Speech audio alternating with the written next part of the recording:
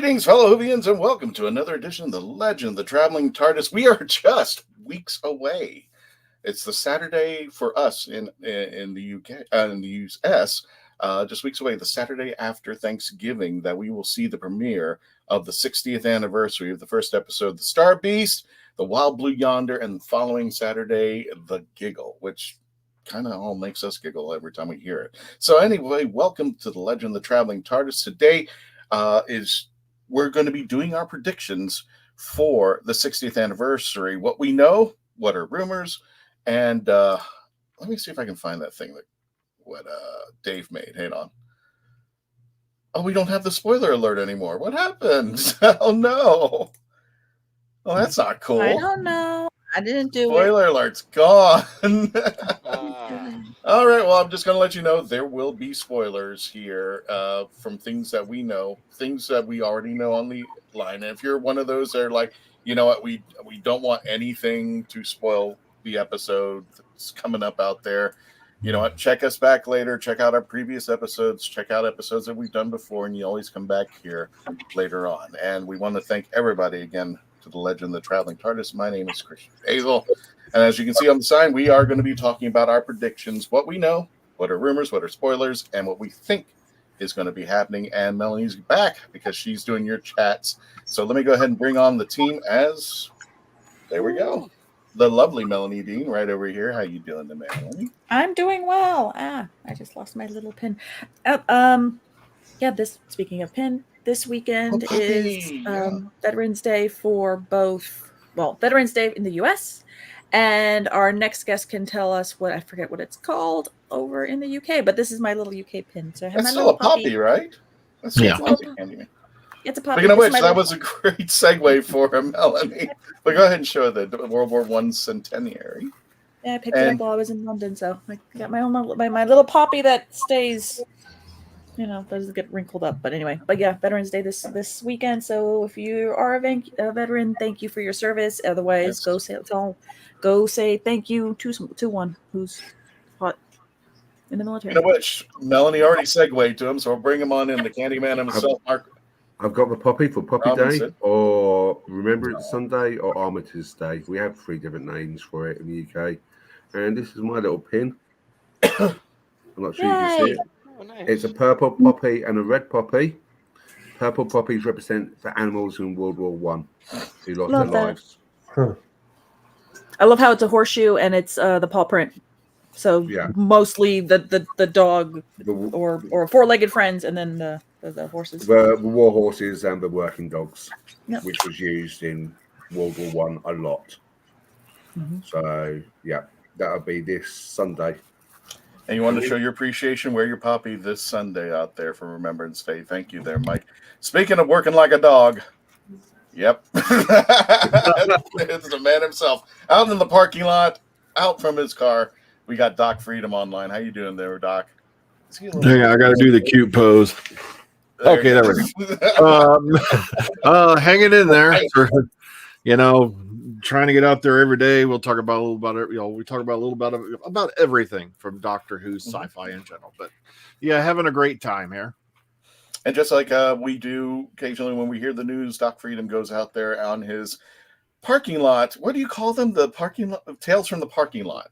Yeah, that's what it's called. Tales from the Parking Lot, because we cover a variety of subjects most of the time. So there you go. And you can check him out on Dr. Freedom, and you check him out on the YouTube channel. He's putting out practically content every day, Monday through Friday, on an occasional Saturday when he's brought into work. But that's when you can check it out. And any news that's good to fulfill the Whoniverse, that's going to be the man. Speaking of things from the Whoniverse, I had no segue.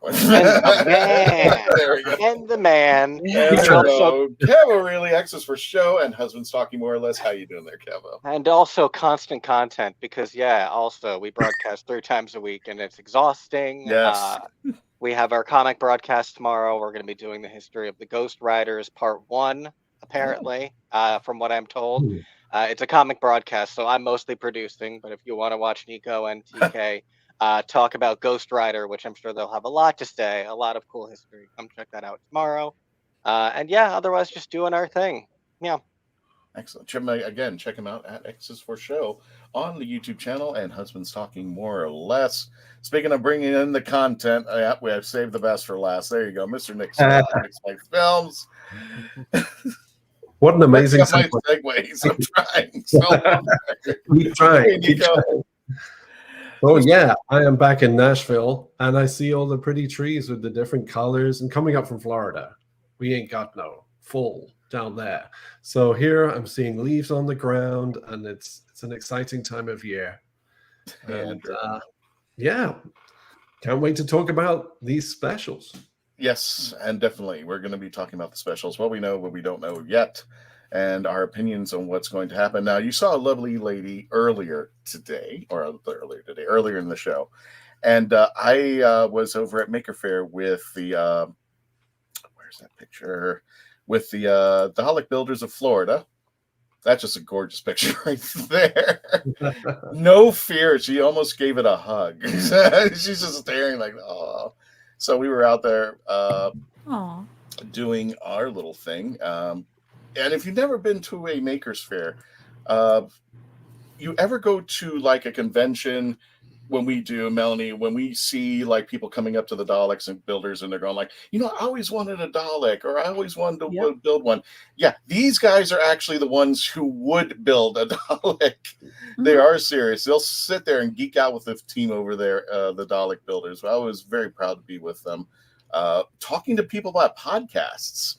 So whatever your wishes for makers, here's the Maker Fair. And I just thought it was a cute little girl. So I had to take the picture. Dad was like, yep, that's awesome. But across from me, if you see behind Dalek Hal, there's a blue table. It's a little bit out of sight. That's where I was. And sitting across from me was this lovely lady named Star. And she does Star cosplay. It's called Star Cosplay on TikTok. And she is amazing. But one of the things that she was offering was to do, and I never thought I'd see this, as she was only promoting her cosplay, she was doing balloon animals. And I was sitting there for at least a half hour thinking, how can I convince Star to make a TARDIS and convince her it's an animal? So I just walked across. And next thing I know, Star, can you build a TARDIS? Now I'm thinking to myself, she's only going to build something that's like the size of a hand. Like it's just going to be this little like rectangular TARDIS. But no, she starts off this way. And then she just keeps going and it gets bigger and bigger. And not only that, Kevo, it was loadout day. So I'm like, I have to figure out how to take this balloon with all the stuff that I got out of the convention and into my car. So that was like they had to load out too. So in the middle of them figuring out how they're going to load out. Yeah, exactly. I've got this sculpture of a TARDIS, but there is the final result.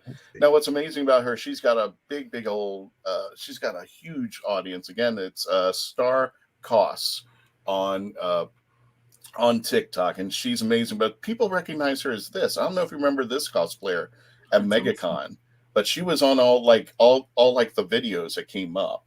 And I remember, I think she called it Ronald Miss Donald. I think that's what she called it out there. But she is an award-winning cosplayer. Now, one of the things that she told me flat out is that one of the things that she's known for, Nick, she actually takes her cosplay skydiving. That's just crazy. That is I was going to say that's Megamind. Okay, sorry. That is Megamind. That is Megamind. That is absolutely Megamind. She's jumping out of a plane wearing Megamind. I'm like, oh my god! Like until I saw it on her TikTok, I'm like, I'm not believing this. I'm like, good grief. So without further ado, I'll just show everybody. Here is the TARDIS. It managed to survive the 2 days. It did not pop. It might pop on this show as far as I'm putting it off to the side over here. But this is what she made, and hopefully it'll last a little bit longer there. So join her out there. I want to appreciate her making the TARDIS. And join up on StarCost, COS, StarCost. That's her name. And check her out over there. Speaking of checking her out, again, we want to thank everybody for the continued support of our show. 600,000 views and climbing as of the end of last month, and we are still doing it. You guys are just crazy for content, so we are really appreciative that you're sticking around for us. Thank you so much out there. So without further ado, Melanie, we're going to go ahead and get started. Okay. Is anybody in the chats want to bring anything up before we get the list out? Here's one. Susan Foreman returns. Turns on the Wild Blue Yonder episode. There's the first one. Okay, spoiler alert. I did a little research thanks to Andrew, who brought it to my attention. He goes, go over to the IMDb and look up the 3 episodes, and Carol Ann Ford does show up. Yeah. Well, plus the fact she attended the premiere for the episode, that kind of makes me wonder, because it's long overdue. It's long overdue. Absolutely. Well, at least if anything, give her like a little regeneration or an explanation or a happy ending. It's time for Susan after all this time, 60 years later, that she finally gets, remember, aside from what we had in Big Finish there. So I predict she'll be in a scene where she twists her ankle and yells, "Grandfather!" Oh God! Shut up! Sorry, I can dream. Susan. That's only that she takes. It would be interesting if they let her regenerate. It would because she's Gallifreyan, but maybe I don't know if that necessarily means that she's a time lady or not. So if she gets regenerations, or I don't know. But there's mine. I hope that she regenerates and maybe they let her keep going, play with the Susan character, please. Well, her photograph did appear in the 12th Doctor, didn't it? On the table. When Peter that's right. In Bill's first episode. Yep. Got the family album on the table out there. But I don't know, because we still really don't know. Oh, but there's Mark Muncy of Airy Travels. Check him out on YouTube. They should bring back the Guardian, have him merge with Tennant, and regenerate him into Peter Davison with 2 S's. Okay. No, then they'd shout nepotism. Oh. Nah. That's a family affair there, definitely. Georgia Moffat, who's your mommy? So have it so that Georgia Tennant shows up and that she has a son, and it's Ty. It's Ty Tennant. Just really start showing off we've only got the same family, only 12 family members. He's old enough. I mean, yeah. He was in Good Omens, which I thought was hilarious. That they had him opposite. They had Tennant opposite. David opposite with Peter and Ty. And Ty, that was hilarious. Well, I'm thinking, what do you think, Melanie? Do you want to go to commercial break and then we'll go right into it, or do you think you want to go start and then we'll go to commercial break? I think we're already going, but I mean, if you need to get a commercial break in there, it's up to you. You're driving. I'm just hitting the comments buttons. Works for me. Okay, you know what? We'll start it. Let's give everybody a little cliffhanger. When we return, we're going to talk about what we know about what's going on with the 60th anniversary. And I forgot, I hadn't posted it up over here, but thank you, Kevo, for letting us know. I don't have that. I thought I brought the image up here. I apologize. I'll try to see if I can find it during the commercial break. Kevo was nice to make a nice little banner for us with the name of, thanks to Disney, the name of the Christmas episode, and if I'm not mistaken, it's The Church on Ruby Road, if I'm correct. Correct. Yes. I'll try to see if I can find it. If you can find it, Melanie, it's fine. I'll run the commercials. Let's see if we can find it, and then we'll pull it up for everybody to see out there. When we return, please continue to stay logged on, tuned in. We will be right back.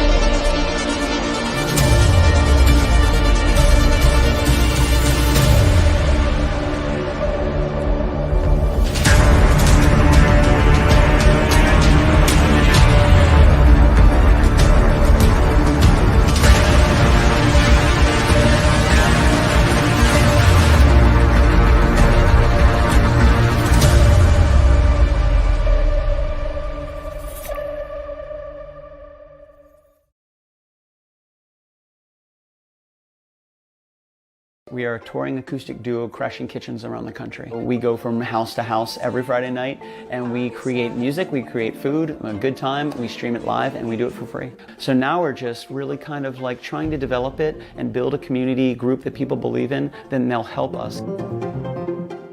So we played from our rehearsal room, we played from the bathroom, thankfully that didn't catch on. I probably played guitar in my room, not for anyone, in front of anyone, nobody heard, for probably about 10 years. And then one Friday night, we played from the kitchen. It's the main place people want to be. It's where the food is, it's where the drink is, it's where the best lighting is. You can go to any party and I guarantee you, the kitchen is going to be popping. Our ultimate goal, I think, would be to crash kitchens every Friday all around the world.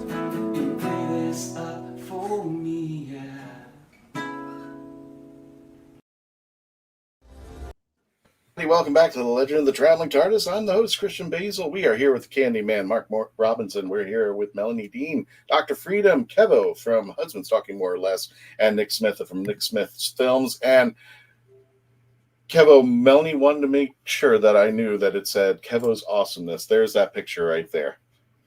Oh, let me put thank you. Let me give you kudos. There you go. There's a scene there. This will be this will be on December 25th. It should drop on Disney Plus. The Church on Ruby Road. That is going to be the first installment that we know of. We don't know about the other 3 episodes, so we'll see how much that Ncuti is going to be into it. But this should be the first full episode. It's definitely the Christmas episode. The Church on Ruby Road will be taking place December 25th. Of course, we'll be reviewing it, and can't wait for that episode out there. And speaking of which, we want to give a shout out to a lovely weeping angel, the lovely Sarah Louise Madison, who played the Weeping Angels during the 11th Doctor's episodes. You can, I told her to pose like that for the camera out there, but after that, she posed just straight up. Sarah has played, I think I'm going to be wrong. I think she's got to be like 27, 28. So God only knows how young she was when she was playing the Weeping Angel. But we wish her a very happy birthday, and thanks for being part of the legend out there. Now, I want to also thank Andrew. Oh, The Church on Ruby Road sounds like a Beatles song to me. It should be. Another lost song. Didn't they just do an AI with them or something like that and put out a song? Something like that. They just put out a new song because it was a song that they had tried doing back in '95 when they did Freeze a Bird, but they could not isolate Lennon's vocals at that time. Hence why they have video of, at the time, 3 of them, because it was George, Ringo, and George, or Paul, Ringo, and George at the time trying to, but they couldn't isolate the vocals. But now with technology being what it is and AI helping, being used as a tool to help and create, they were able to isolate his vocals, sing along. They hit George's track, and they've now made the official final Beatles song. So until the next final Beatles song. You think what they did with Tupac Shakur, that they're going to make like concerts out of AI using people, and they'll be walking the stage and all that? Oh yeah, holograms. Yeah, the holograms. Yeah, there was one where I think, if I'm not mistaken, somebody sent me a video. It was a rap artist, and somebody was sitting on a couch, and the hologram handed him a book, and the guy took away, and he pulled the book. He was holding the book, and I was just like, how the hell does that work? I would say that's half magic. And honestly, the way back when the Tupac hologram, that was basically a Pepper's Ghost. That was a projection on a scrim. Yeah. Mm-hmm. Well, speaking of which, let's not wait any further. And I want to thank Andrew Morris for bringing this list up over here. So thank you so much, Andrew. Thanks to Peter Jackson, they separated John's vocals. Oh, okay, cool. We're just going to break down the list that Andrew put up. And if you guys want to say anything, or we'll just break down the list one by one. And everybody in the chats, if you have any questions, concerns, or you have any ideas about how we're going to break down this, more discussion about this list, please let us know. But we're going to start from the top. The anniversary specials will not be multi-story Doctor, as Phil Collinson stated. It has been done.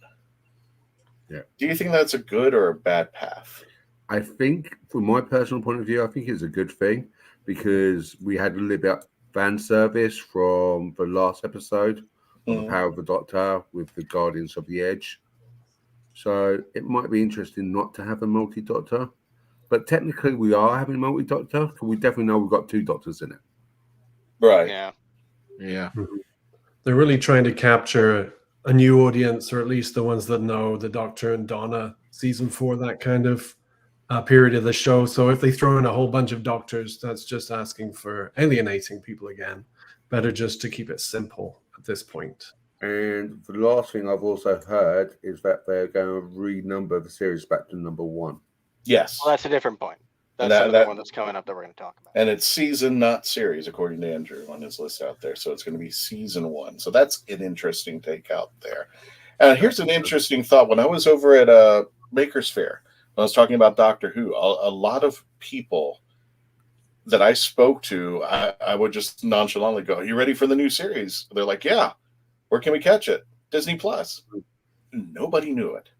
Maybe like, and I'm not exaggerating, like 85% of the people that came by my booth to talk Doctor Who, and a lot of them Whovians, did not even know that it was premiering the 60th anniversary on Disney Plus, which kind of scares me a little. I had to explain it to these people. I mean, no, go ahead. No, go ahead, Kevo. No, I mean, just for my on my feed, I wouldn't say that as someone who follows Disney Plus and Doctor Who's pages on Facebook. I see posts all the time. Mm-hmm. So I don't know where everyone gets all of their different information, but I just want to at least vouch for, like, I see posts from both of those pages all the time talking about the specials are coming up, talking about it's Disney Plus. So, like, even if I wasn't more in the know about stuff like this, just by following those pages, like, I see posts about other stuff that I didn't know about on Disney Plus. So Doctor Who is in that mix.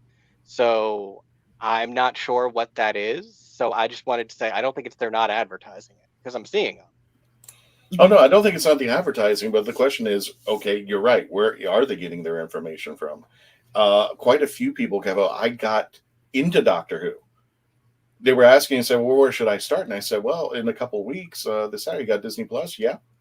In 2 weeks, on the Saturday after Thanksgiving, that will be the 60th anniversary." And people were excited, like, "Really?" And I said, "Yep, David Tennant will be back." Now, here's the strange part about this thing. It's bringing a new audience, a younger audience, into Doctor Who with the 60th anniversary. So that was one of my, and I kind of agree and on what you're saying there, Mark, to bring in the confusion. Like, it's very rare that a Melanie will show up on the 50th anniversary and go, "Okay, this is the new show that I'm going to be worrying about," and then explaining all this stuff out there. You have to bring in people who have never seen Doctor Who, don't know anything about the history of it, are a younger crowd, and bring them into this new show with 3 episodes going off on Disney Plus, and then telling them, by Christmas, you got used to David Tennant. Now we got this Ncuti Gatwa guy who's coming in, which was a brilliant idea in RTD when he first started. Instead of regenerating from Sylvester to Paul, he just started off with Christopher. So people wouldn't get confused. They would get used to this particular incarnation, and then we'll go back later on and explain it as people are, for the new folks coming into the series. They're getting used to this new Doctor and they're enjoying it and they're having a good time. Then David shows up. Now we're talking about regeneration. So I'm curious about how the history of Doctor Who, knowing that it's got this grand history, how Russell T is going to be bringing in all these new people, especially 2 episodes later, we're getting a new Doctor. So I that was one of my concerns about that. I mean, he's shown that he can do it. I'm just mostly curious to see how he's going to do it this time. Now that he's done it successfully once, he's seen other people take over after him and seen what works and what doesn't.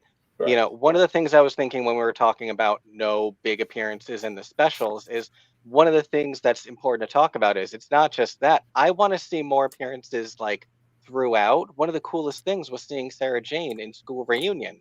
And that was like the 3rd episode of series 2. It wasn't a big event episode, like a special. It was just a regular episode. And so I think he's shown that he can pepper things in like that rather than it just being assaulting and like, right here we're going to have all the companions. Like the companion support group was great and it was really cool and it had never been done like that before on screen. So that was awesome. but let's see some smaller moments too. Mm-hmm. That would probably be less alienating. But I think the good thing about that as well with Sarah Jane is, had you come up and saw Tom Baker's series, or if you just saw School Reunion for the first time, and this is the first impression of the character, you were in it. Nobody was left out as far as the story and the characterization. Everybody was brought in at the same time, and they got the feel. Classic folks like myself, we got a big rush because we knew who Sarah Jane was.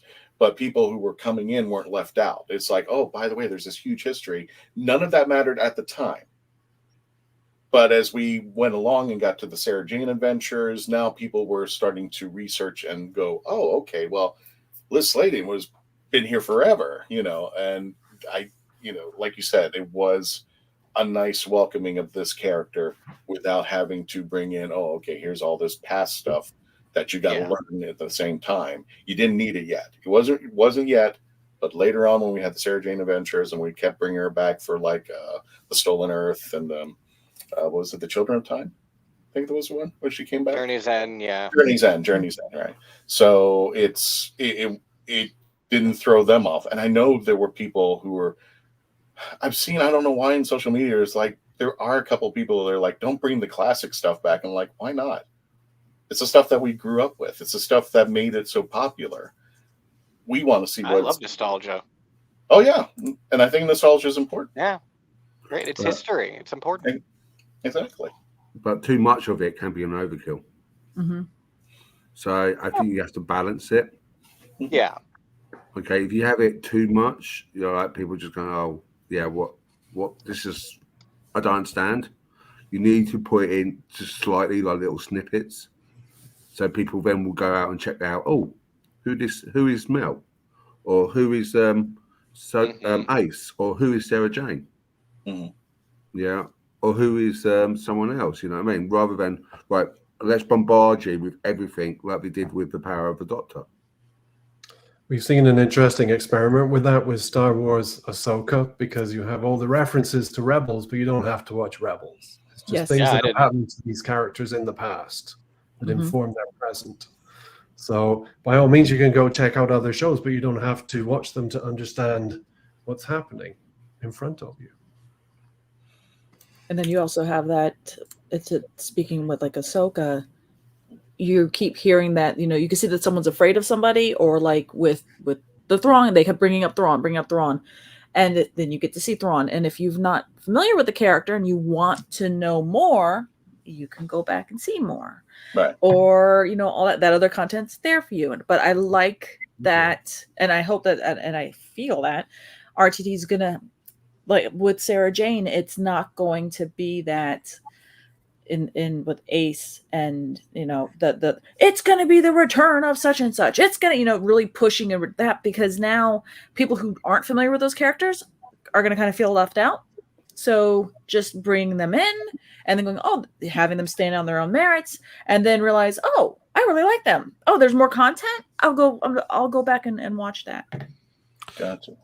Plus, speaking of nostalgia, when you're looking at the fact the very first episode of this 60th anniversary special trilogy is The Star Beast, which is based off a comic book from back. Yeah, a lot of people don't know that the Doc was once a Marvel superhero, technically, back in the day. Matter of fact, he, for a while, traveled with a guy named Death's Head, who came from the Transformers universe. It's always, so like I said, there's a huge universe out there, but thankfully we live in an age where all you got to do is you go to your Google, you type in some things, and boom, boom, boom. You can look all this stuff up for yourself now. It's not like back in the day when we had to go looking for guidebooks and things like that, digging through libraries and things like, just to find that little bit of info. At least now it's out there. Yeah, or even ask our friends, ask a fellow fan, what does this mean? None of that social information now. I kid. I had like 2 friends. Which one of the 5 of us? It's true, though. It was wilderness. And I feel like something that a lot of people take for granted is how many avenues of information there are. Not just things like Tardipedia, which is like the Doctor Who fan wikia, but there's even like official stuff There's like official videos that they put out that are supposed to be like primers and informational things. And people are like, I don't know what to do. Like a lot of people, you just need to look. You just need to search is part of it. And I feel like people aren't as curious. People don't explore. And they should. That's, go out there and find the information. It's not scary. It is a little scary, but it's okay. And I found it interesting. There was over at Maker's Fair, there was a guy who came up to me and he said, "Convince me." He literally said, paraphrasing, "Convince me to watch Doctor Who." And I was like, "Oh God!" So I explained to him why I like Doctor Who, and the vast history of over the 60 years, but why I liked him. But I said, I love Transformers, I love G.I. Joe, I loved everything that I grew up with. But here was a guy that I could connect to because he's a guy that doesn't bring a gun to the gun show. He can take down the enemy because he's kind of and the best way I put it is kind of like Batman. He walks into a room, he's 4 steps ahead of everybody, and by the time the bad guys figured it out, he's already been wittingly insulted by the Doctor 400 or 500 times in the room, name called and everything. And that's how I loved about the Doctor, because he was more cerebral of a character than any of the other heroes that I grew up with. And he goes, "Thank you, you convinced me." I'm like, "Jeez, I didn't think that was going to work." But he wanted to know what the passion was for the show out there. And I just said, yeah, this was a character I could connect when I couldn't connect to anybody else. And it was a guy with a floppy hat, a long scarf, big teeth. And I just liked him. And he was on PBS. And I knew, as a kid, some of the special effects are crap against Star Wars and all that. But I was just like, I didn't care. I just wanted this guy to go up and beat butt-eyed monsters and call him Chop Suey, the Galactic Emperor. That's what my claim to love for this character is. So that's how I connected, and apparently he connected. And he hopefully he's going to watch the series out there. But that is a good question. How can you bring people into a 60th anniversary show who's never watched it? I always say that watching the 50th is a good way to bring people in. And that's a 50th anniversary show, right? Because it shows a lot of doctors. It gives you regeneration, and they wrote it in a way where Moffat wrote it in a way that you didn't have to necessarily know what the heck the ethos was. But right. So I do have friends that was that's the one I suggested, that or Vincent the Doctor. And they watched the 50th and they're like, "Oh, I really like this show. I really dig this." I was confused, but I didn't feel like I was being talked down to. Mm-hmm. I just kind of went along with the ride and had fun. So more, please. And I think Russell knows that David and Tennant, I think that he knows that David and Catherine are like the most popular thing of the last 23 years. Mm-hmm. And so he wants to do something that is accessible, not just for the show to make it accessible, but to make these characters that he sort of conceived that the world can access, even if they aren't Whovians, because they are such a great team. Mm-hmm. They have such a great dynamic. And I think he wants to, if not just celebrate Doctor Who, celebrate them in a way that is accessible to a wider audience, because there's people that love both of them from other stuff. Mm-hmm. So it is a great opportunity to pull people in for this. And in essence, I always make this comparison as to why Torchwood Miracle Day did not work. Because if you'd watched the first 2 episodes, even like Children of Earth, you could pop in of any episode at any given time and got an attraction to the series. And you didn't even have to watch it from day one. Miracle Day, if you didn't watch day 1 through day 3 and you were coming in at day 6, you were screwed. You're like, what the hell is going on? Mm-hmm. And I think that's why people kind of left out there. So I'm hoping that, like you said, good characterization, good actors, good writing with Russell T Davies, and bringing in a whole new audience. That would be totally awesome.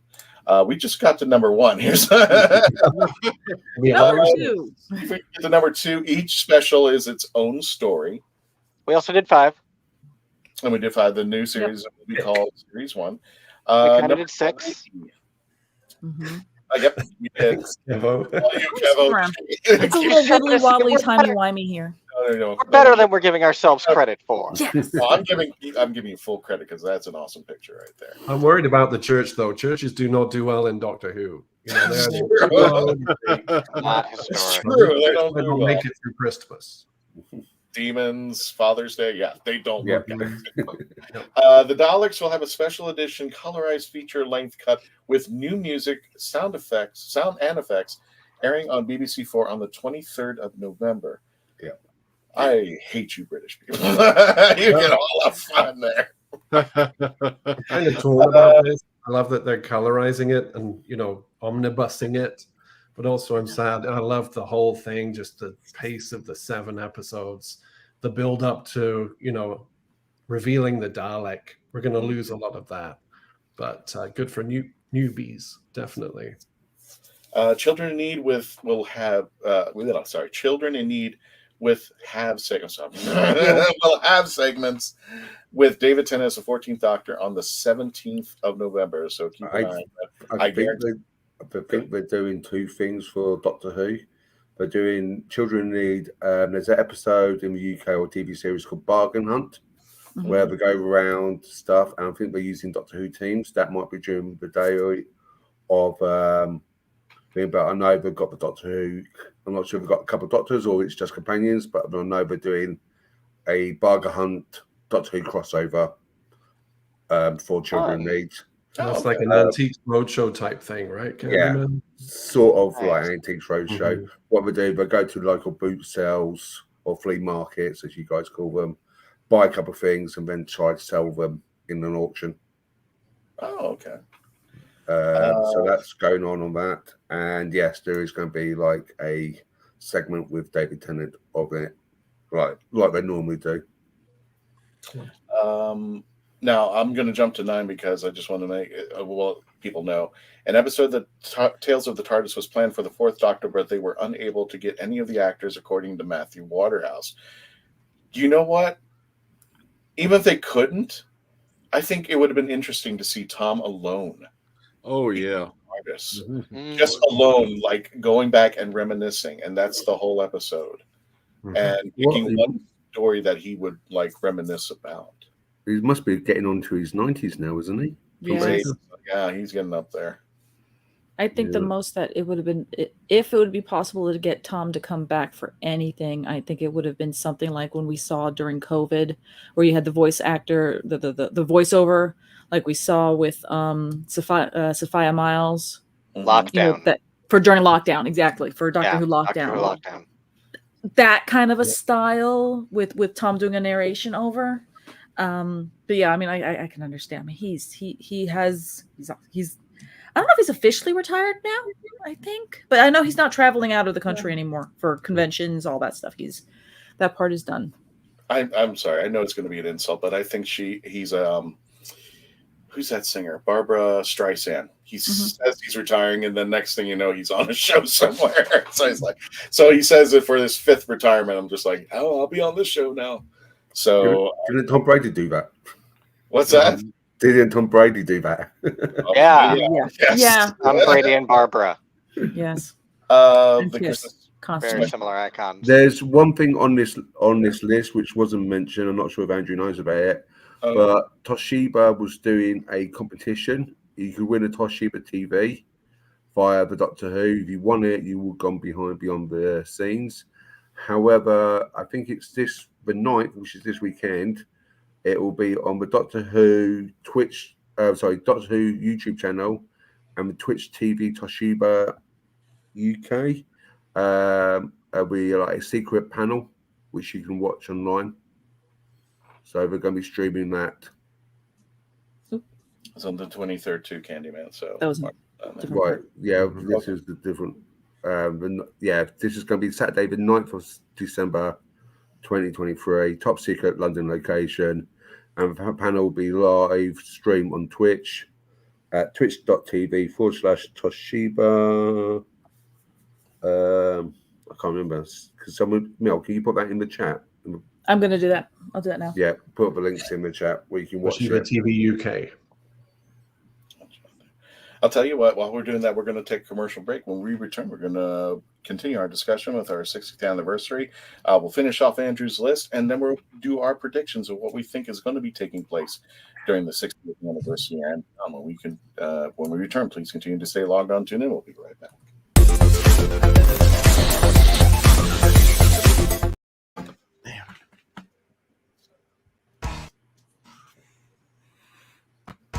Jake Collins has been launched into the stratosphere by the popular social media app Yin Yang. I just think it's incredible that someone from our hometown we knew so well. That's my holy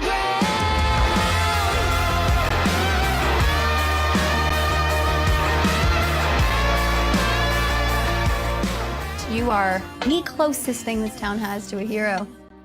I'm still just Jake.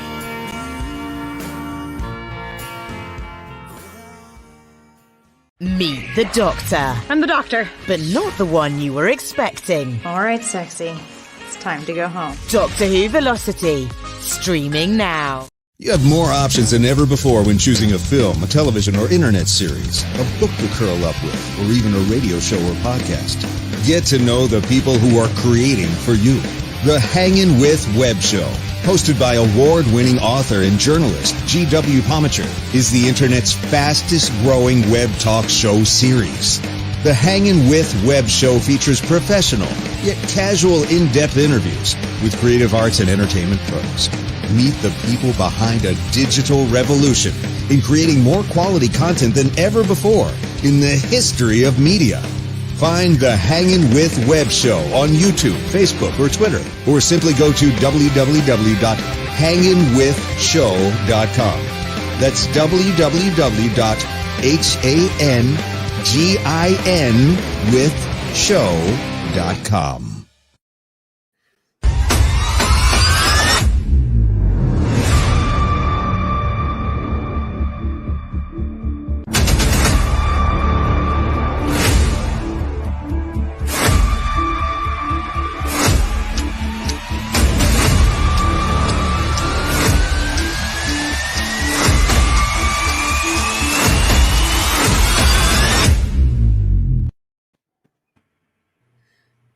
Here at the Legend of the Traveling TARDIS live, 6 p.m. Eastern, 11 p.m. UK. We will have the return of Phantasmagoria for their spooky Victorian holiday special.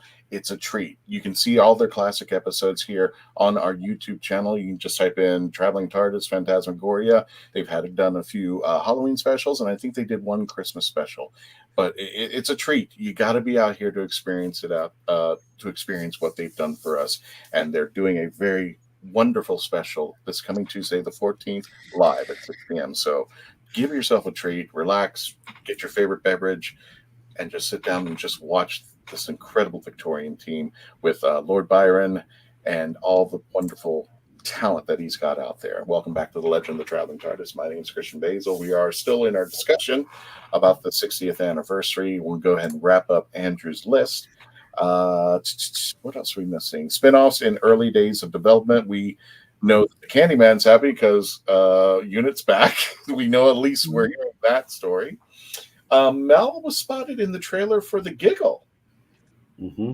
So we know she's going to be with Ncuti. Is she going to be in the 60th as well? I didn't mention everything else. There's so much. Okay. This was enough here to even yes. Thank you so much on that. More things will be added to the WHOniverse iPlayer page according to RTD, but the content won't be on Disney Plus. So this is where things get odd.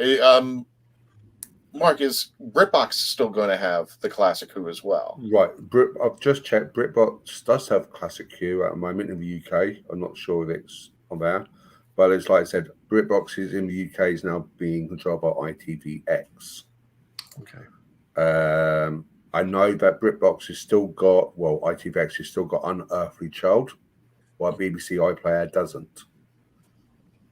So, because of the things which are going on with Unearthly Child, BBC has not got it on their classic. Yeah. God. But also, I know HBO has still got the license for Classic Q. So you might be able to see it. I'm not sure. You guys might be able to tell me more about whether or not Doctor Who and how long HBO's got the license for it. 2 more years until 2025. Okay. Right now we have New Who on there. Okay, cool. Also, Pluto TV. Are they still going to be running Doctor Who? Or is that going to be a thing? I haven't seen Pluto TV in the UK with Doctor Who on it. So it might be just Pluto in the US. Gotcha. I don't know. Do you have access? I don't know if you have access to it or not out there, but they do have. Pluto TV is interesting because unlike ones that say, you go on Hulu and then, look for mystery or sci-fi or drama or suspense or horror, they actually break up all their channels into different shows.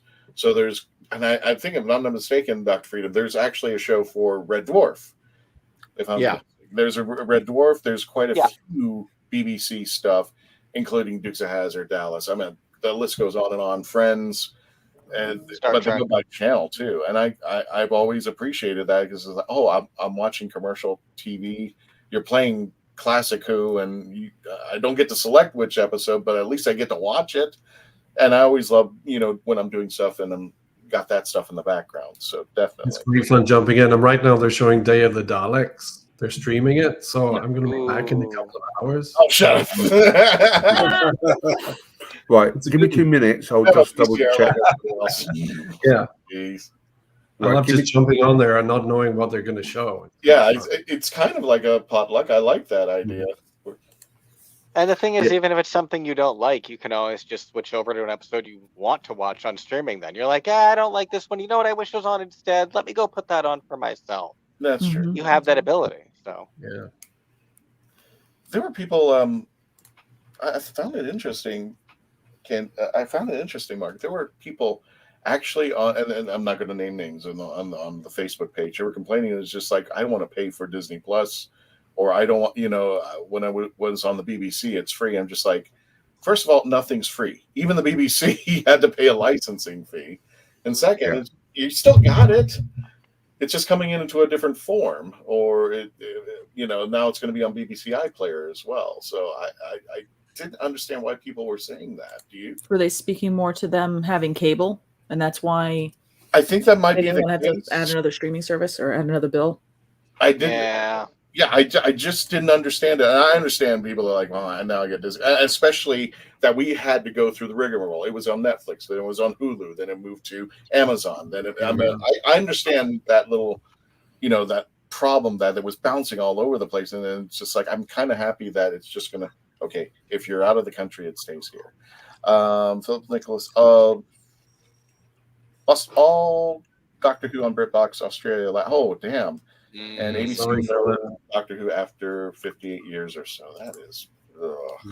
I will warn you that when I was living in Spain, when I was trying to use VPNs with BBC iPlayer, it didn't work. Oh. What I found is I had to use smart DNS rather than VPNs, just in case. Okay. Because BBC iPlayer does sometimes check for VPNs, and then it'll just cut you off. So just pre-warning you, because I missed that too when I was living out in Spain. So that's how I got around it. Gotcha. But I'm not advising anyone to do that because it's not recommended. Yes. There you go. Just got to put my disclaimer there. This is where me keeping so many of my DVDs for so long has come handy for a lot of my seasons and series, because like I've seen where if you've purchased something even like on Amazon, you purchased it, didn't rent it, that kind of thing, and they lost the rights to it, you no longer get to keep that. It was like that because you purchased it, what you did is you purchased the paywall to access that content, not that digital copy became yours because there was no way to download it. Yeah. So I'm sitting here just kind of like, okay, every DVD I've ever had, I'm not getting rid of. And I'm not saying, and yes, I'm sure all of the DVDs I had were absolutely 300% owned. I still got VHS. I still got VHS. I do too. And I'm half tempted to get rid of them, but I don't. Now I'm like, I don't want to. I will only get rid of them if I will only get rid of my VHS if I release a DVD version of it. Because, like you said, I don't want to be in a situation where I can't get hold of that film or media because I don't make it anymore. Well, my concern is not only if they don't make the DVD. Where are the DVD players now? They're quickly disappearing off the shelf. I mean, you can't go to Walmart anymore with that and find one. They're like in the back, buried alive. Blu-ray and stuff. One shelf. I know, it's kind of crazy. Options, that's it. You know, you can barely find the DVDs yet. Now you got a whole wall of vinyl records again. What the heck? Everything is VHS will come back around. Yeah. I noticed that too. I'm like at the stores of like vinyl. You're back? Yep. When did you leave the room? Hey, girl. This is like vinyl left the chat. So I'm just like, damn it. Here's a question for anyone on the panel, or in the chats. With the universe, do you reckon it will die the same thing about MCU, or do you reckon it will take off? I don't know what. Well, all the stuff with the MCU universe, and it's gone downhill with the MCU universe with the latest films. Mm-hmm. Do you reckon the Doctor Who universe will suffer the same fate? Apart from audience fatigue, the MCU just tried to make too many things at the same time with all its shows and all its movies, and the special effects suffered. The audience noticed. I don't think that's going to be a problem with Doctor Who. We're not going to see a whole bunch of movies. So as long as they don't stretch themselves too thin, we don't get too many spin-offs. I'd rather get a few high-quality spin-offs than a whole I'm good bunch. with quality over quantity. Now, this is the take that I'm hearing from the naysayers. It's more or less, after Endgame, that was it. That was the end game, and people were like, "Okay, what's all this? What's She-Hulk? What's everything that took place after Endgame?" People were just like, "Okay," and then it started to fatigue, and then the writing people were not too impressed with it. So it's almost like we had the big game. Oh, by the way, here's the stuff afterwards. But with Doctor Who, it doesn't really limit it. I mean, you could really go into bizarre places that don't seem to coalesce, meaning that they don't have, some kind of connection to, like Marvel, like She-Hulk had something to do with the Incredible Hulk. And there are other connections. Wakanda Forever was connected to, the original Black Panther. Right. There's a system. So you can actually, I think the most, correct me if I'm wrong on this, Dr. Freedom, one of the more successful spinoffs is the Paternoster Gang. Yeah, but and even though there's a connection to Doctor Who, you could just throw them out there and nobody would even know the connection or pick it up later and still have a good time with them, because the three characters were just awesome the way that they handled each other.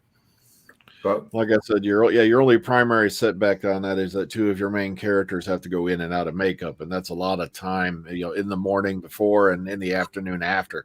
Like I said, a lot of people don't know that they were going to do a spinoff from, I believe it was DS9, about the Klingon ship Rataran, which Martok commanded during the Dominion War. But the problem is, entire main cast has to be in a makeup chair like 2 hours before you even begin shooting. Then you're going to do how many hours of shooting, and then it takes an hour and a half, 2 hours, however long, take it back off. So that's kind of like the limitation. Plus, Moffat did mention it over the weekend that he would have loved to have had Jenny and Vastra together solving crimes and all that, along with Strax, but he just seemed to never get around to it and all that. So he was thinking about it. Well, I think more or less, I was only using them as an example because of the detachment. Like Torchwood, John Barrowman and the team, they were more of an adult setting feature. And you didn't even need the connection to the Doctor, even though there were references to the Doctor. At one point, he came back to Doctor Who and then went out. You could jump in. And I know people who started with Torchwood didn't even know about Doctor Who. And they were like, oh, what's this? And like, oh, it's connected to this show over here. And with the Sarah Jane Adventures, that was more for a kid teen program. But you didn't need Sarah Jane to connect to the Doctor. She ran her own thing with the kids, and there was great characterization. Of course, Matt Smith came in for one episode. David Tennant came in for one or two episodes. The Brigadier's mentioned. He's brought in for an episode, but you can still have that detachment where you don't feel like you're connected to something else. If it's connected, it's a great thing. But like I said, my friends who started in Torchwood, who didn't even know about Doctor Who, and I'm like, well, what's that show about? Doctor Who's the main ship. It's the Enterprise, but here's DS9 and here's Voyager and everything else out there. So, and I think the thing is too, it's not exactly a one-for-one comparison. I really liked Philip Nichols' comment of, Endgame is a hard act to follow, and some Marvel TV shows have been all right. Yeah, some have been all right. They haven't all been perfect. That is comic books. Comic books are an expansive universe where not every single title is for every single person. And not every single title is interconnected. It's why I'm really glad that they announced the Marvel Spotlight line, where it is going to be in continuity, but it's not going to be stories that are so important to the canon. Like this upcoming TV show, Echo, is not going to be integral to a lot of the big movies that are coming up. But anything that is in it is in continuity with the rest of the shows. And I think it's really good that they're going in that direction, because that is what comics are. And I think a lot of people are responding to Endgame was such a climax, and now they want everything to be Endgame, and it's not, and it can't be, at least not for several years. And not everything is great, not everything is perfect, not everything is for everyone. And I think there's been a lot of pushback against that. I think Doctor Who is a lot more limited in scope right now, so I don't think that we are anywhere near having to worry about oversaturating the Doctor Who market. If anything, we're starving. We would like, just going back to where we were in 2008, where we had 2 other shows on the air, would be amazing. I think that Russell hopefully is learning from people being oversaturated and won't even go near that. But I mean, we'll see. But I think it's such a knee-jerk reaction to be like, the MCU is dying. A lot of their most successful movies have actually been in phase 4 and 5. Thor is the second most successful Thor financially.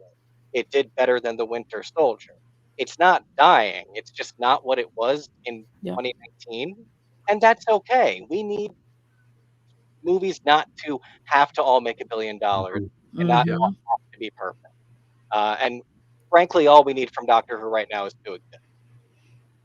There's not enough. And so that's more what I'm worried about, just getting any episodes out. I'm not already worrying, is it about to die? No, it's just starting. It's just getting started. Well, it's like with the MCU, the zenith of it took 10 years, people.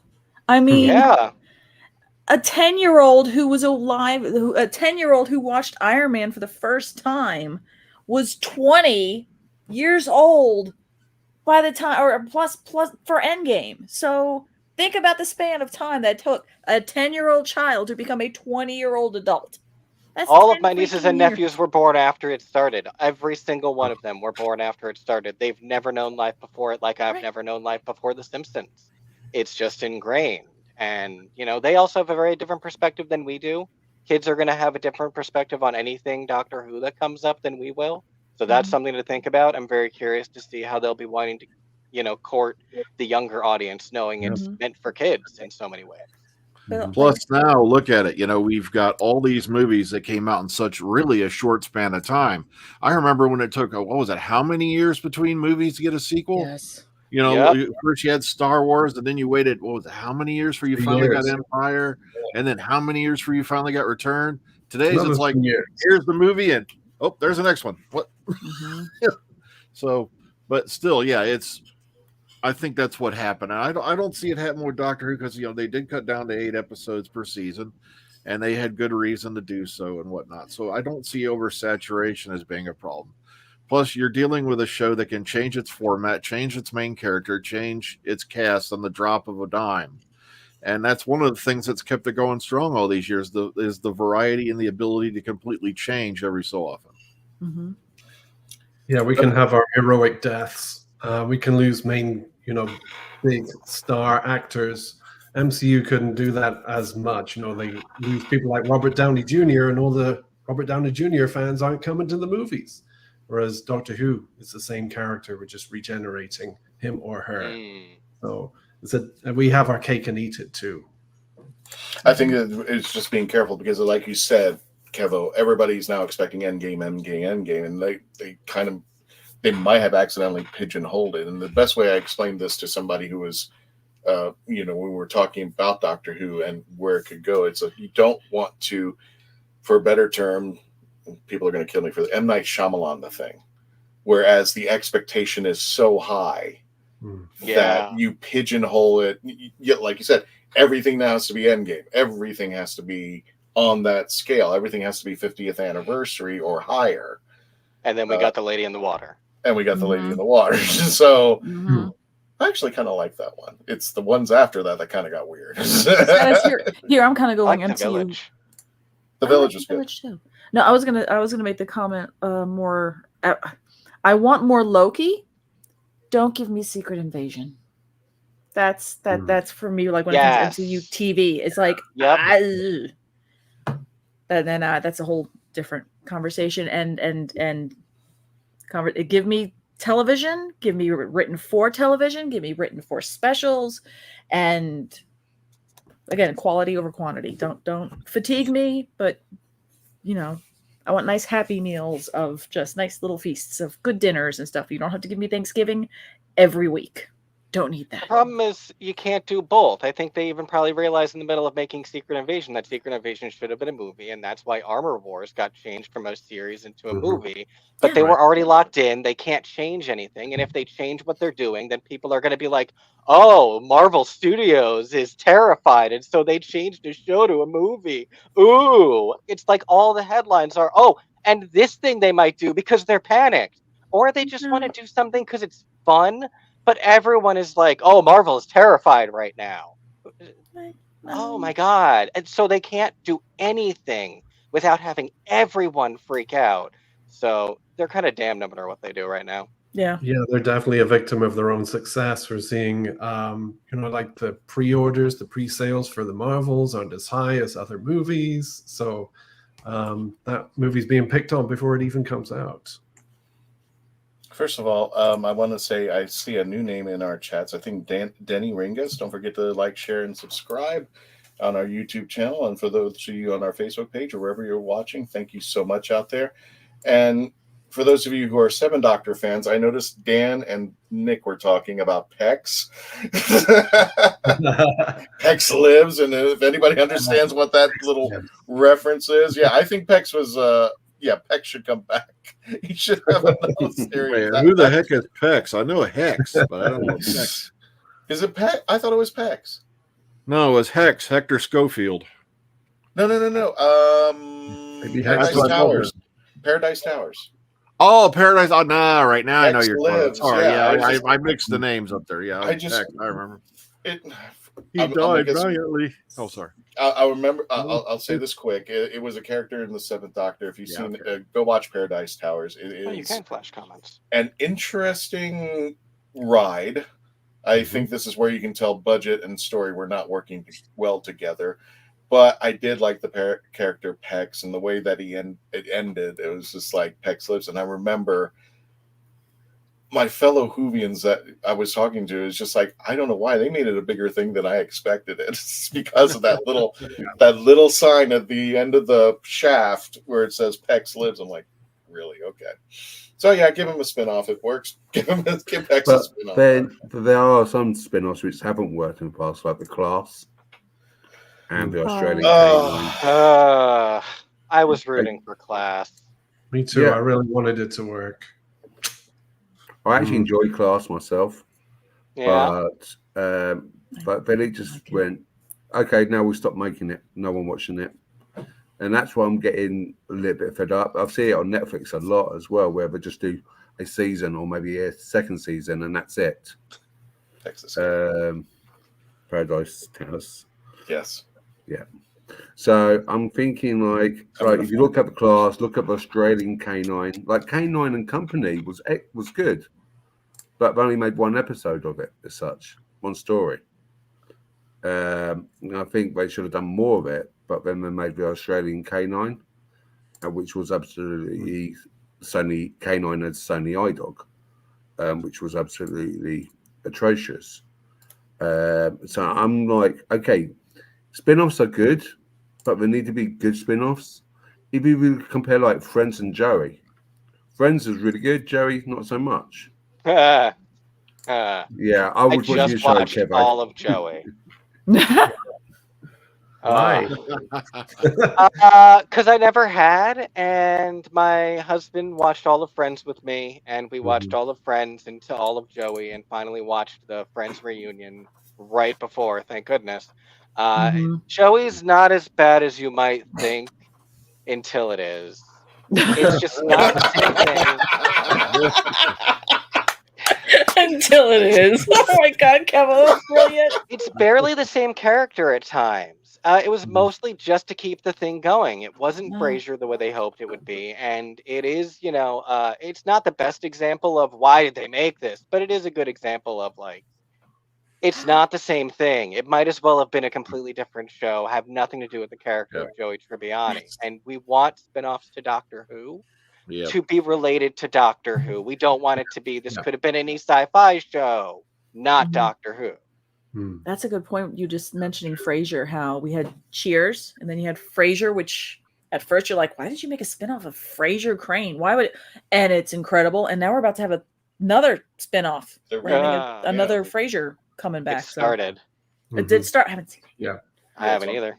It's on Paramount. It's supposed to be, he has a son now. And he had a son. He's had a son. The son's he's had a grown up. It's a different actor. It makes me mad. No, I'm up there. By the way, I want to mess up all the Seventh Doctor fans. Here you go.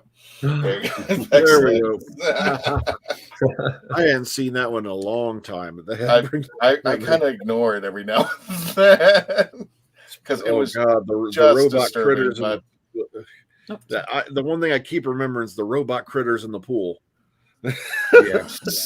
Well, that wasn't the only thing that I remember. What was it? The guy from Good Neighbors playing the evil.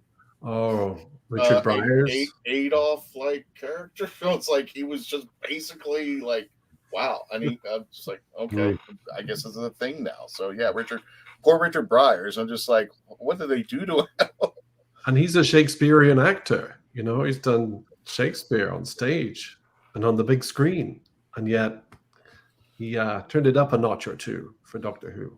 Yeah, or turned it down a notch. I don't know. One or the other. Yeah. This is a time when people in the 6th or 7th Doctor, where people were saying that if you're doing the 6th or 7th Doctor run, your career is either flagging or you need to reboot your career. So I was just like, yeah, people were doing it. Or you love the series, that's fine. But I just thought it was done.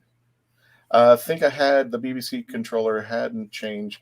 There was the possibility of K9 and Company would have gone to series. Yeah, because John Nathan Turner produced it, and he was going to make it into a series. It just didn't take off, but it really had a very weird story, especially if this was supposed to be for kids.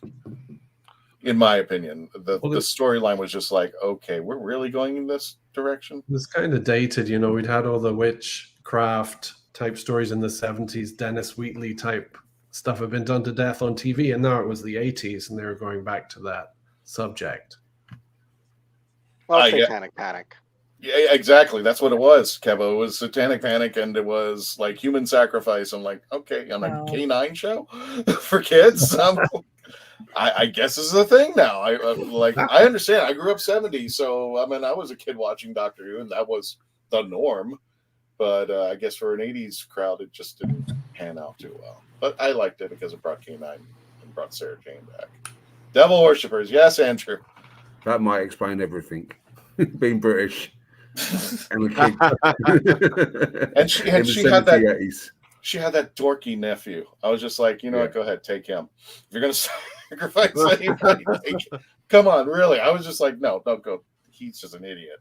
I just want K9 and Sarah Jane to go out there and take out bug-eyed monsters. That's what it is. Oh my goodness. So where are we? Oh wow. Where are we on the list? We're so far off target. Yeah, we really went off in the after party, just foreshadowing Hot Fuzz. Yeah. More things will be added to the WHOniverse iPlayer page according to RTD, but yet to go. Okay. And this is the one that all of us are kind of cringing on. Rumors of a split regeneration for the 60th. I ain't cringing. Bring me it. Give me as many content. Give me as many multiverses. Give me Paul McGann live action. I want content. As long as it's quality, give it to me. Well, in the Tales of the TARDIS, which you guys don't get, the 7th Doctor is old, but when he's talking about it, it's basically his timeline. Mm-hmm. So each Doctor's, according to that, some people are theorizing that every Doctor has his own timeline. So the Doctor can get old in his timeline before he regenerates. Okay. Which is slightly bizarre. So yeah, you might have a whole series of Paul McGann because that would be his timeline. Well, the thing is that I also saw I saw an article. I don't know if it came from Big Finish, but Sylvester's doing an episode like Colin Baker did, which was The Last Adventure, which is supposed to be the last episode before he gets knocked over in the TARDIS and regenerates. I think it's called The Last Day, if I'm not mistaken. I just saw this. I didn't verify it, but I just saw it in passing. And I just remember it was supposed to be the last episode of the 7th Doctor. I'm like, where's this point at? Because is that before or after Lungbarrow? Is this supposed to be before or after, is this right before the TV movie? So I just thought it was weird, but I think that's what were alluding to, what you mentioned, Mark, that the Doctors in their life have a lifespan. I'm just like, okay, well, this is weirder, but I guess that's a thing now. I have my own theory on that. Go for it. Here's my theory. Theory time. Go ahead. Okay, so in the 50th, we saw Tom Baker come back as the curator, my favorite ever. And he said, oh, we can revisit, sometimes, you'll revisit some familiar faces, but, only the favorite ones. And now we have David Tennant coming back as another Doctor. So the Doctor's old and ancient, and maybe his timeline is really, really freaking long, and that he revisits and stuff. He revisits, faces. So what if in 1,000 years he decides, oh, I'm going to go ahead and be Sylvester McCoy again? And Sylvester McCoy's like, well, I got a time machine. Odd. It's a TARDIS. I'm going to go back and find Ace. You can still have the timeline going and just have more Doctors just keep regenerating over and over again, going those familiar faces, and then going back now to have all these other little time stuff. So they don't have to be branched timelines. The Doctor can still be on his timeline, just have 1,000,000,001 regenerations, and he's just revisiting those familiar faces, those favorite faces. There's my theory. Which is weird. Regeneration's supposed to be a lottery. Well, maybe it's not a lottery. Remember, he got a bunch more regenerations. I know. And now we know twice he's gone back to be the curator and to be David Tennant again. Well, and at some point he's going to be Ruth, or was Ruth Chadwan, which is why Big Finish had to delay the box set. They already recorded and were due for release in 2023. And he also asked about the rumors for the split regeneration of the what? Jumping all over the place. Of the who? I know.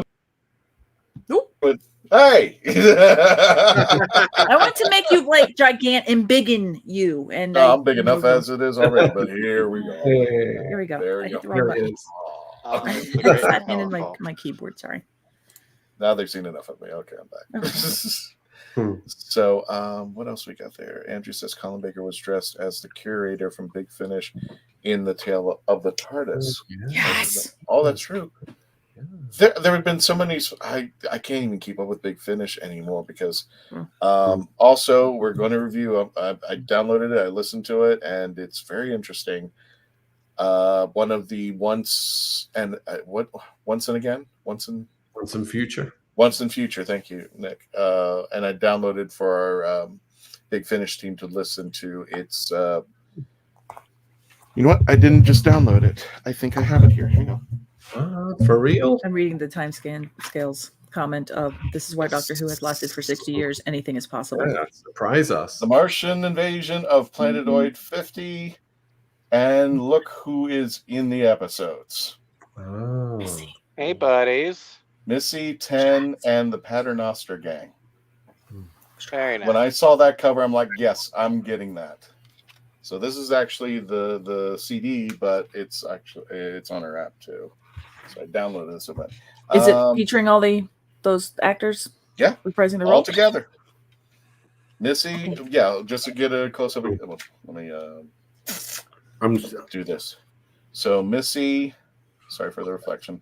Okay. Missy, 10, and the Paternoster gang. Oh, and yeah. it's a fun David Tennant, interaction. Michelle Gomez, Nev McIntosh, Dan Starkey, and Catherine Stewart. There's only one scene that I was listening to, and I was just like, "Oh, really? They went there?"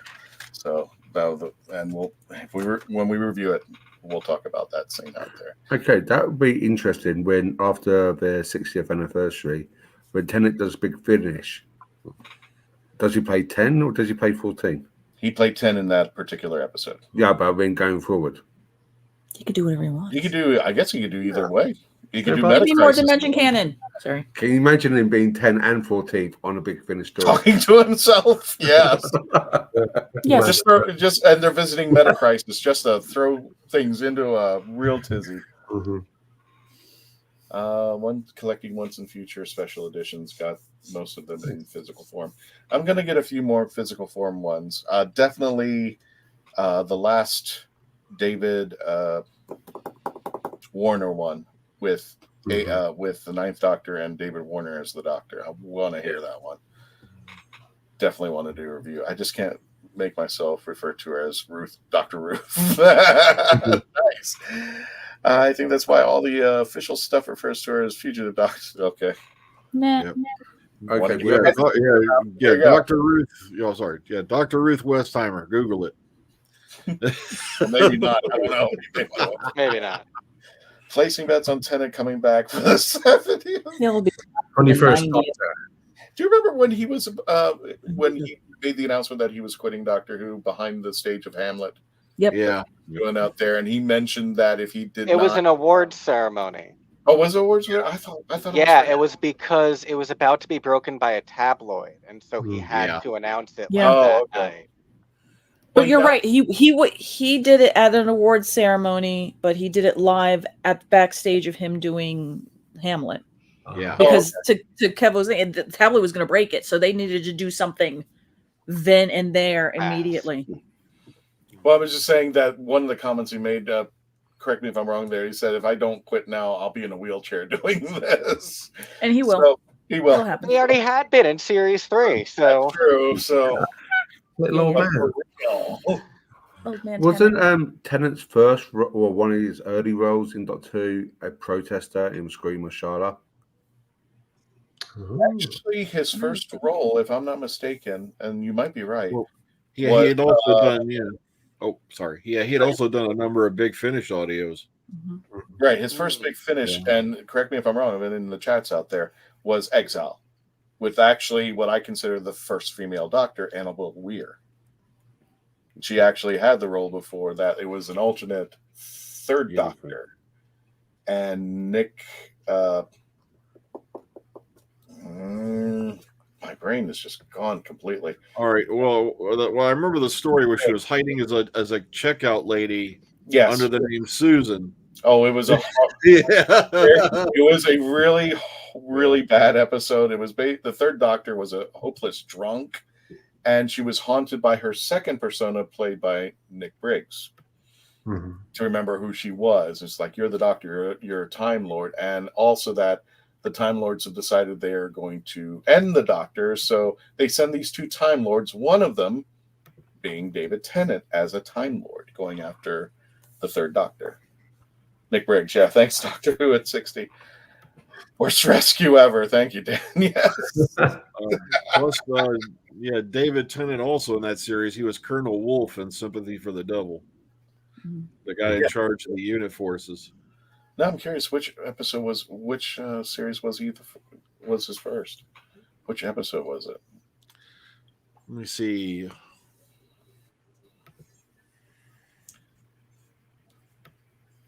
Yeah, because he's done a number of them. I think it was the Dalek series that he popped up in first. Mike says, saying to the Candy Man, Tennant was in Big Finish story Coldies. I think that's Seventh Doctor. If I'm not mistaken. Yeah, that was in the prison Colditz. He was the guy. He was the German prison guy who was a little bit too interested in Ace. Shall we say? I'll put it at that. It's a different time. Yeah, say this out there, gang. I would like to do if we actually have a week, in December, review a Big Finish Christmas episode, either Relative Dimension, which actually has Susan and the Eighth Doctor, or I think it's Santa Claus, spelled Claws, with Colin Baker as the Sixth Doctor. So you guys are up for it. Yeah, I would love to do a Christmas episode. We haven't done any this year. I think we did one, maybe. We've just been busy. We've had interviews, we've had reviews and stuff, and now that Ncuti's going to be coming into play, and we're going to be busy into the new year. We had no new Doctor Who content, then suddenly we're just going to have it everywhere. Slam. Hey, this is a problem. I'm here for it. We're coming up to the end of the episode. I just want to remind folks this weekend, or I should say this Saturday, if you're in the Central Florida area, we're returning to the fairgrounds, November 11th, from 10 a.m. to whatever. Question marks. Big question marks. I think it's 10 to 5. Wicked World, the dark side of fairy tales. We will be joining Dalek Hal himself out there to spread terror to the fairgrounds out there, which he was doing last week. And we have some videos of that. But again, Central Florida Fairgrounds, November 11th, this Saturday only, from 10 a.m. to I believe 5 or 6. You can check that out. Wicked World, the dark side of fairy tales. We even have an events page for that on the Legend of the Traveling TARDIS. I'll remind folks as we get closer to the day. I think tickets are only $5. That's it. Wow. $5, and you get to come in and see Dalek Hal and myself, and we'll be playing out.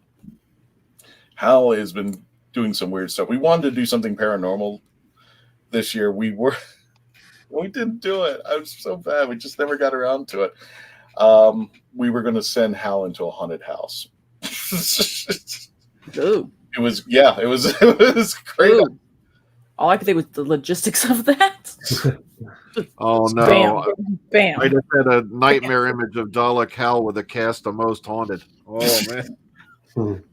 Well, the idea that we were having was it was supposed to be kind of the Office setting where they were going to interview these paranormal experts, and they were all going to talk about the new guy. Because he's dropping stuff. He wants to kill ghosts, but the ghosts are already dead, and he doesn't understand this. And there's a guy with a sheet on, and he's running around, and Hal is just chasing him around the house. We just had some really weird stuff. The other one was, if we had a chance, and we're hoping to probably do something special next year, was we were going to send him into a real haunted location, meaning that scare actors and stuff.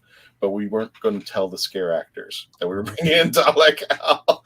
We were just going to record the reactions to see how people were going to take it on. But he's going to be so much fun. The ideas of that. I don't know if you guys saw the picture of the Dalek at Heathrow Airport. Yeah, that's part of British Airways. Doctor Who in-flight entertainment on their flights. That's what we were talking about this past weekend. We said, you know what?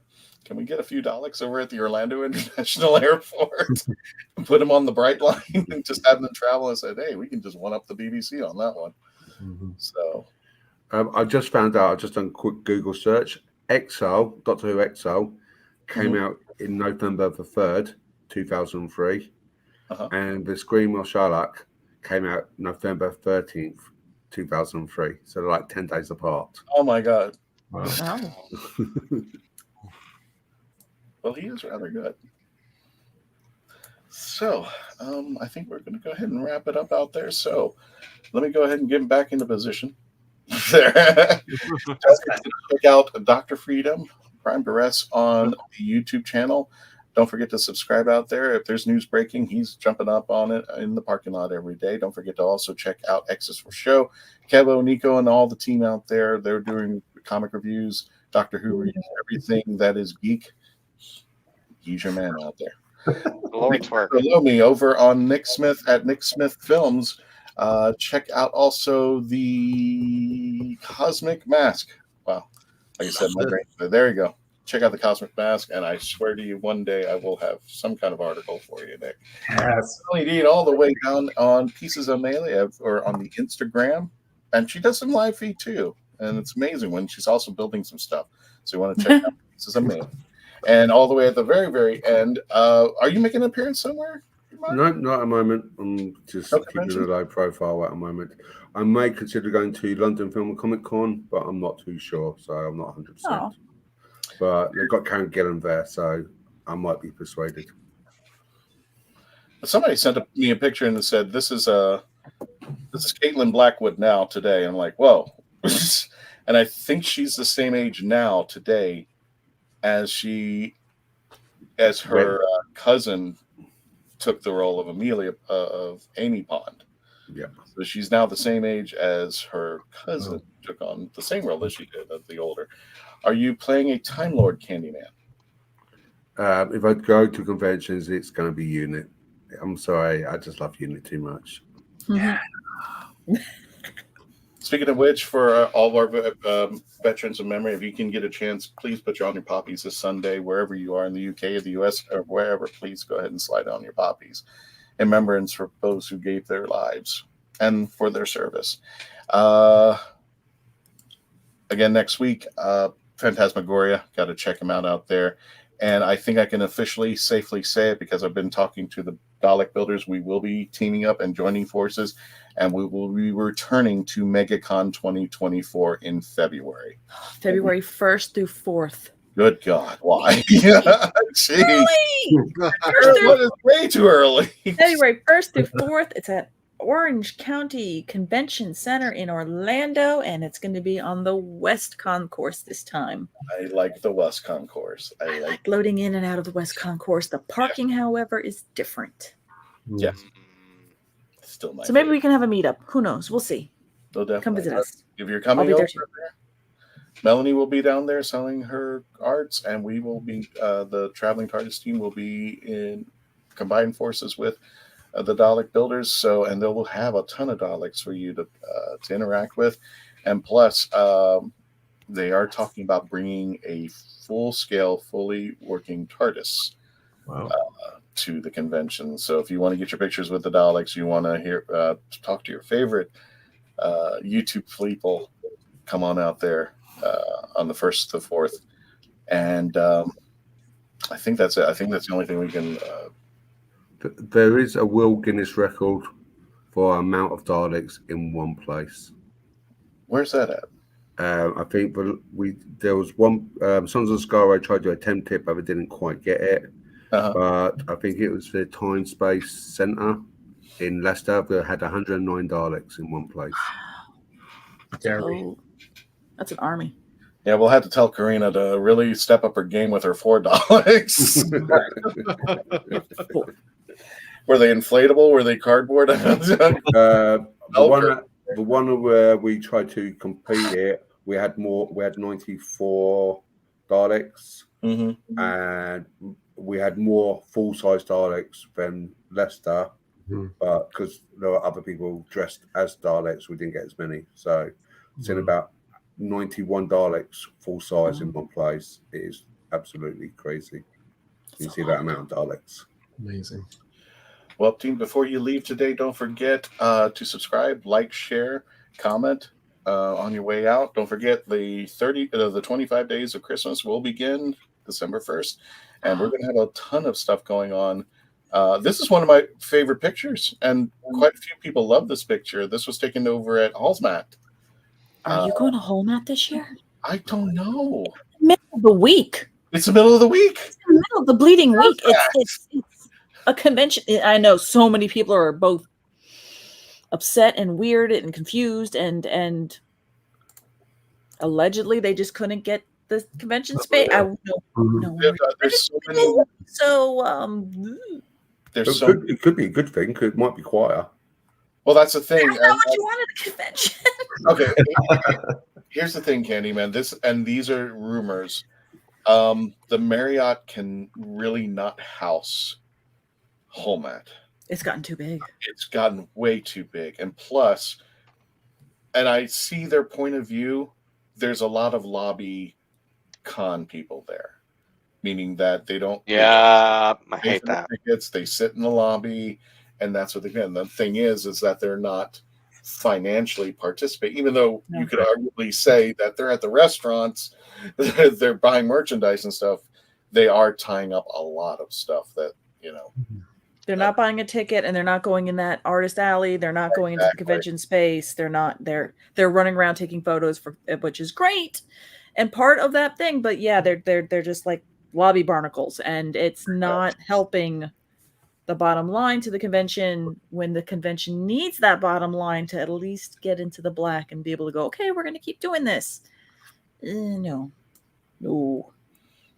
And I understand it. It is a stress and strain in there when there's like 4 or 5 people per room in the place, and it's hard to walk around on a Saturday night, especially when you have to park. There's like 5 or 6 parking lots from other hotels. Other hotels are using their parking lots to ride a bus over to there. By the time everything is said and done, it's kind of like MegaCon on a Saturday. If you arrive late, you're kind of screwed. Yeah. Spooky had that problem about 10 years ago, way back when they were at the Wyndham or something. They're getting close. They're getting back up to it. People would just walk around the lobby and walk around the hallway, and you didn't have to have a ticket to get in. You had to have a ticket to get into the actual convention areas, I guess, the door paneled areas, like the vendor room and all that. But you could still go up and down the hallway. Right. And if you wanted to meet your friends and stuff, you could, but you were not making the convention accessible. You do that 100 times over with friends, and it makes it hardly accessible for people to go from panel to panel. You're right. The walkway to going from like the vendors alley to the panel rooms to the meet and greets is accessible by anybody. Yeah. Okay, that's different to the UK. With conventions, so I've been to the UK, but don't do that. But actually have another room where you have to queue in to get in. Well, this is because they're at a hotel convention center. Right. They're not at a convention. They're not at a convention center where they can have a gate at the front and then you can get in. And here we are. Everything. These are the smaller mid-grade kind of mid-size, small to mid, where you're at a hotel. So you're all so you can walk around a hotel and all kind of stuff, but you're not going to be able to get into the convention rooms. So it's that. Oh boy. But anyway, So we'll see if you do hold that or not. And on top of that, you have your guests who are not there for the convention trying to just walk around or trying to get to the bar or get to the pool. Yeah. And like, everybody's taking their pictures around the pool area. You're like, I just wanted to swim. You decided to have your holiday vacation in Florida during your holiday vacation in Florida during an actual convention. So enjoy. That's fun. I just remember having to fend off all those comments of people when I was working theme parks in Florida, and then like somebody would come up to me around Christmas time and goes, "Why is it so busy?" I'm like, "Are you off today?" Yes, so are they, and they decided to come here with you. They're all here. They're all here. They all want a Merry Christmas and a Happy New Year. So you know what, folks, we don't have to go home, but we can't stay here. Thank you so much. Don't forget to check out everybody on their social media platforms. Thank you. You guys have a great day. Please stay safe. And again, next week, some dollar record, lucky to have 9 at Regional Vendicon. They should make every day. They shouldn't make buy a ticket. We could do a whole episode about lobby conners. There's no way. Yeah, it's no way there. It's no way. It's like a theme park where one way in, one way out. It's like just a hotel with a hotel center attached. Ways in, and plus you have to respect the people who are not there for the convention. They might not even be the only convention there at that time. It's ridiculous, but there's nothing they can do. I just remember. You remember this, Melanie? One of the MegaCons. The Libertarian Party was having a convention at one of the hotels, and MegaCon had just let out, and the Libertarian parties were down at I forgot, I think it was Johnson or something like that, who was running for president at the time. Yeah, it was their kind of national convention thing. There's an escalator coming up where everybody's coming out into the hotel, into the Rosen Center, and they're coming down the escalator into the Libertarian Party. And and the guy who was running for president, he's taking pictures. He didn't care. He was like, he loved it. Please. How you do it? Exactly. Everybody next week, please get your favorite beverage, get your eggnog out there. We're going to have Phantasmagoria. Don't forget to like, share, subscribe. I want to thank you for watching. Phantasmagoria is on for next week. Please support all of our little guys out here as well. Oh, Dr. Freedom. This is Kevo. Wow. Support our team out here, folks. Thank you. All righty. Enough is enough. Tony, take us out.